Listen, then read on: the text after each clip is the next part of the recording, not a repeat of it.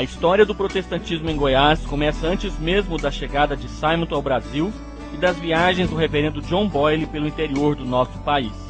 Começou com as andanças dos colportores que vendiam a Bíblia de vila em vila, fazenda em fazenda e de porta em porta, já nos idos de 1850. Também pelo comércio dos tropeiros que transportavam nos lombos dos animais exemplares da Bíblia Sagrada levada por encomenda a quem pedisse. Foi assim que um negociante adquiriu na cidade mineira de Paracatu uma Bíblia e alguns inários sem partitura e os levou para Santa Luzia de Goiás, atual Lusiânia, lá pelos fins da década de 1860. Ele leu a Bíblia e evangelizou a sua família.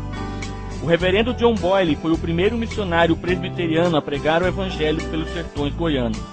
Quando ele veio de Bagagem, atual Estrela do Sul, em Minas Gerais, pregando o evangelho em várias vilas e patrimônios, chegando a Santa Luzia em 1884, já encontrou essa família sem frequentar as missas há 14 anos, mas liam a Bíblia em casa e cantavam hinos com músicas adaptadas por eles mesmos, tentando servir a Cristo como na Bíblia estava escrito.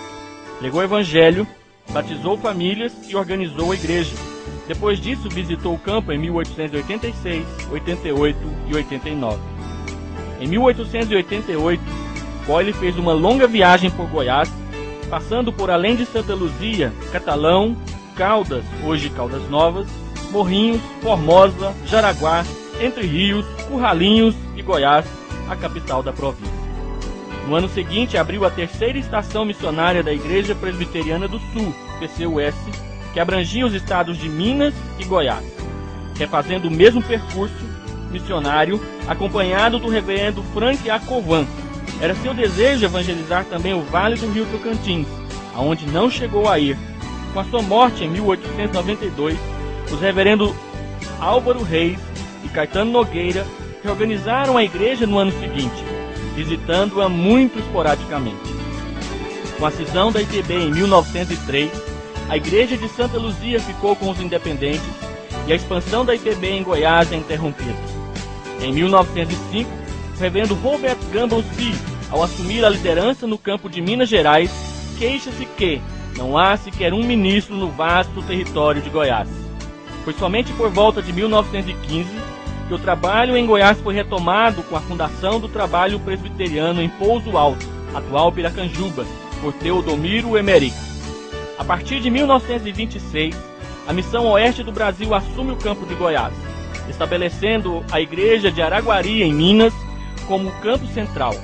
Partindo de Araguari até 1957, o campo de Goiás se expandiria, seguindo os trilhos da Estrada de Ferro para as cidades de Anápolis, 1927, Goiandira, Pires do Rio, Cachoeira, Ipameri, Catalão e finalmente em Goiânia, em 1935, com a fundação da primeira igreja, organizada em 1948. Em 1939, o reverendo James R. Woodson fixa residência em Goiânia para conduzir nas décadas de 40 e 50 a implantação do presbiterianismo pelos caminhos da BR-153, a Belém, Brasília, fundando as igrejas de Uruana, Ceres, Goianésia, Uruaçu, Porangatu e cidades vizinhas, indo até o atual estado do Tocantins. E na direção do rio Araguaia, partindo de Uruana a Mata Azul, Ubiataba, Betel e até Xixá. Além dos já mencionados, inesquecíveis são para o presbiterianismo goiano os nomes dos reverendos Alva Hard, David Lee Williamson, Ricard Taylor, Robert Kamenisch, Joseph Wood, Ethelbert Gartrell, o reverendo Divino de Oliveira, Wilson de Castro Ferreira e o reverendo Aristeu de Oliveira Pires. Mencionamos também o evangelista Valdemar Rose e a missionária Martha Little, entre tantos outros. O Sino do Brasil Central, SBC, é oriundo dos desdobramentos do então Presbitério de Goiás, organizado pelo Conselho Interpresbiteriano, CIP, no início da década de 1960, para compor o Sino do Oeste do Brasil. O SBC é composto atualmente pelos presbitérios de Goiânia, organizado em 1964, Anápolis, 1977, Oeste de Goiânia, 1980, Leste de Goiânia, 1998, Sudoeste de Goiânia, 1999 e o Metropolitano, 2008. Nos limites de sua jurisdição, funciona o Seminário Presbiteriano Brasil Central, fundado em 1983. O reverendo John Boyle disse certa vez: "Meu coração está no sertão, e no sertão edificar.